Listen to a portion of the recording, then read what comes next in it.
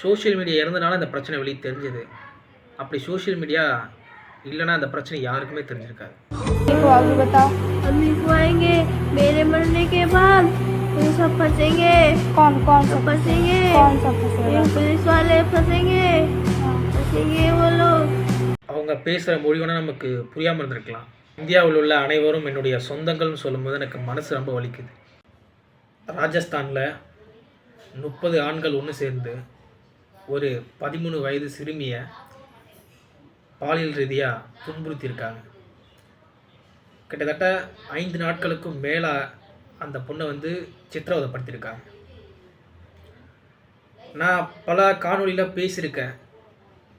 ஆனால் இந்த காணொலி பேசும்போது உடல் அளவில் ஒரு நடுக்கமும் ஒரு பதற்றமும் ஏற்படுது. வார்த்தையில் சொல்லிடலாம் அந்த செய்தியை. அந்த பெண் அந்த சூழல் எப்படி ஏற்றுட்ருக்குன்றத நம்மளால் புரிஞ்சிக்க முடியுது. அந்த சூழலில் அந்த பெண் எவ்வளோ கஷ்டப்பட்டுருப்பாங்க. திரும்ப கூட அவங்களால எந்த அளவுக்கு அவங்க ரெக்கவர் ஆகியிருக்காங்கன்னு தெரியல.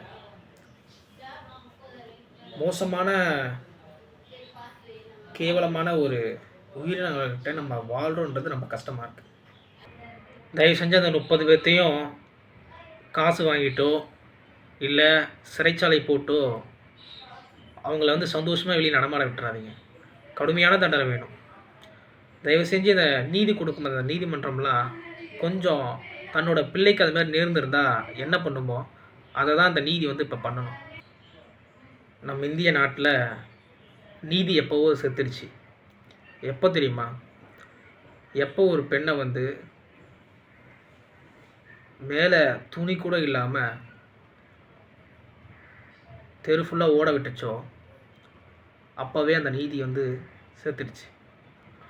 அந்த பொண்ணோட எதிர்காலம் நினச்சாதான் ரொம்ப கஷ்டமாக இருக்குது.